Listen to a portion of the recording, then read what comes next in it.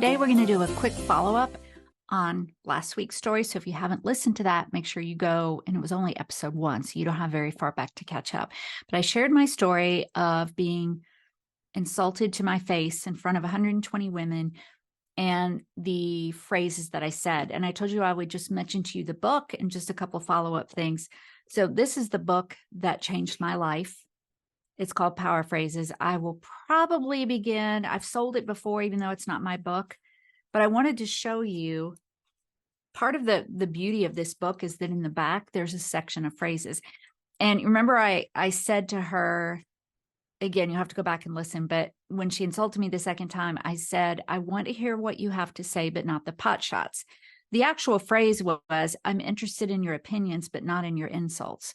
And so the point is, like, when we learn powerful language, we can make it our own. I mentioned that when we're upset, when something is going on, that we're filled with adrenaline.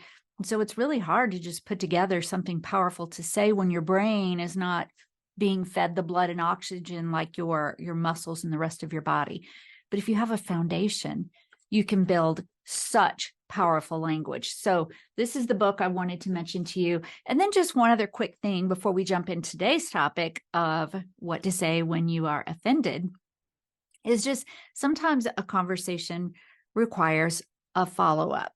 And so I'm giving you this what to say when, so like in the heat of the moment. But sometimes it's not enough, and only you can know that.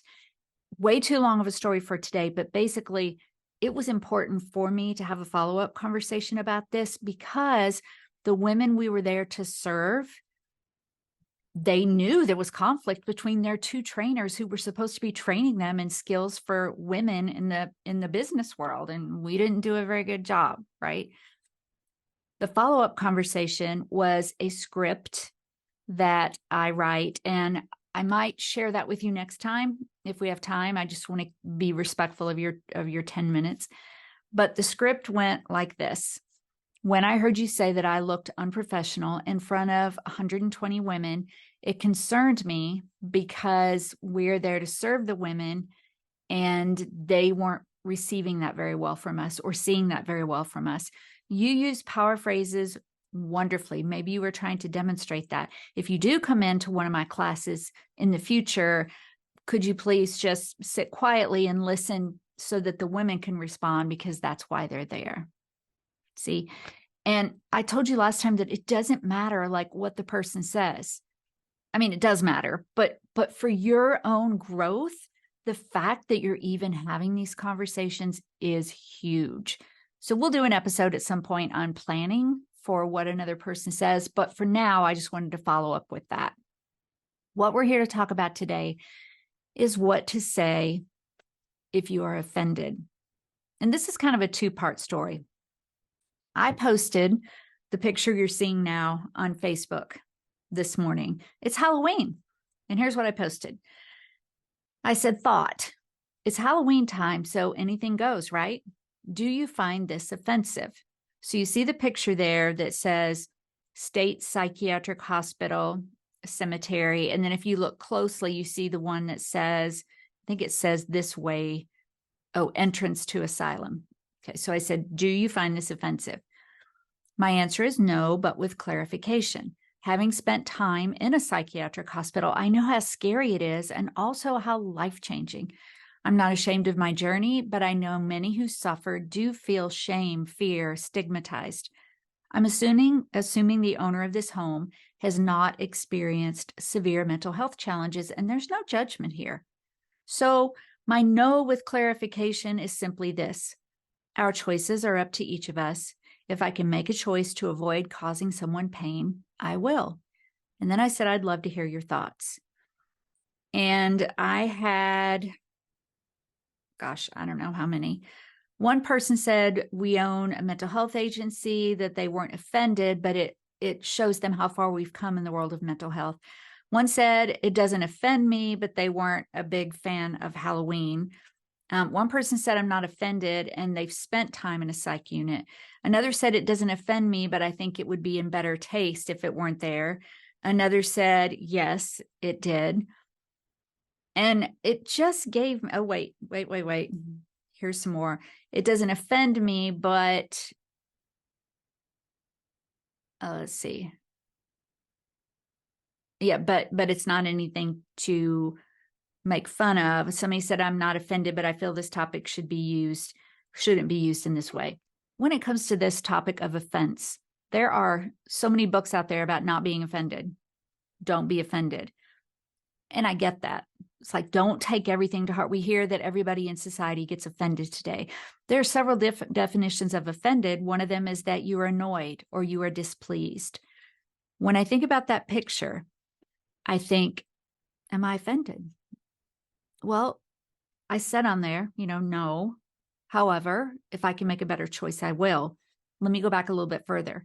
I was with a group of people. The topic of mental health came up. One of the people in this group, there were probably 12 of us, said, and I hope you're looking at your screen so you can see the gestures, but the person said, well, the people that I know that have mental health issues are just using it for an excuse. And my husband was sitting beside me and he was like rubbing my arm. And he said, we're going to have to find a new group of friends, aren't we? Not that these were like our close friends or anything, but they were people that we knew. Now, again, the question like offended. Well, if the definition of being offended is being annoyed or displeased, was I happy? No. Again, I'm not embarrassed about my mental health, but was I displeased? I was displeased because what if someone else in the room was struggling? So I'm going to say I was offended, meaning I was displeased that this conversation was going in this direction. So my husband's kind of getting me calm and I'm like taking a breath. It's not that he didn't want me to speak up. He just knew there's certain things that upset me. I don't care what the word. Use the word offended, use the word upset, use the whatever word you want to use, but I was definitely displeased, probably annoyed. I have 3 things for you to think about when it comes to responding to something like this.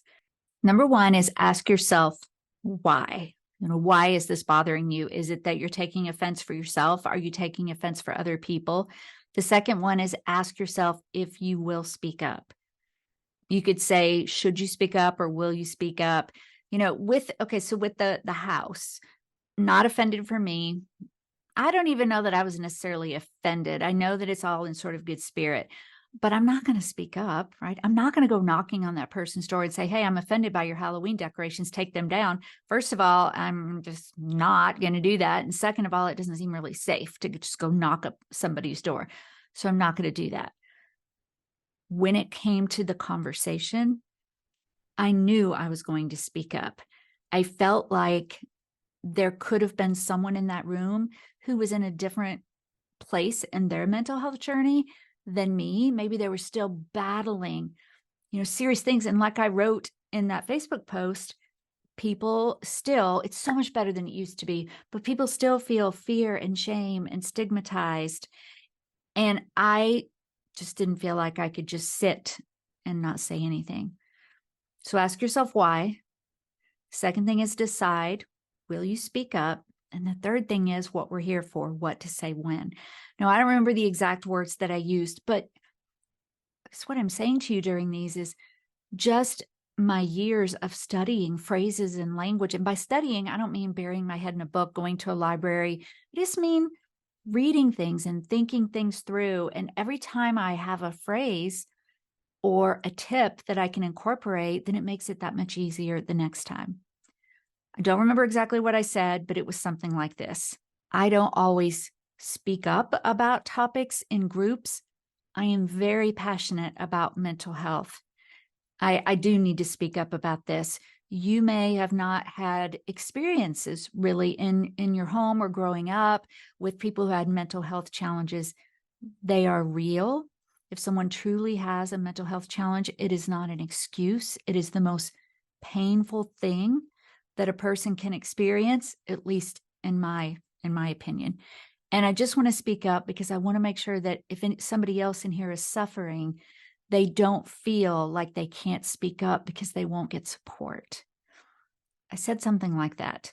When I say scripting out conversations a minute ago, when I was talking about the last thing you may have seen me do this, is because when I teach actual scripting, which is a planned out longer conversation than in the moment. I have 4 components. So, but when I really talk to people, I don't hold up fingers 1, 2, 3, 4. It's just a conversational thing. That's what I wanted to share with you today. Ask yourself why it bothers you. Decide whether you will speak up, and then plan your words. Next time, let's go into just a little bit about the script, and then we'll talk about whatever topic comes up for then. Send me your questions, your ideas, because this offense topic comes up a lot when I'm teaching seminars, especially about managing emotions and how do I respond? This person is so offensive. What do I do? So send me your questions, stay in touch, and I'll see you next time.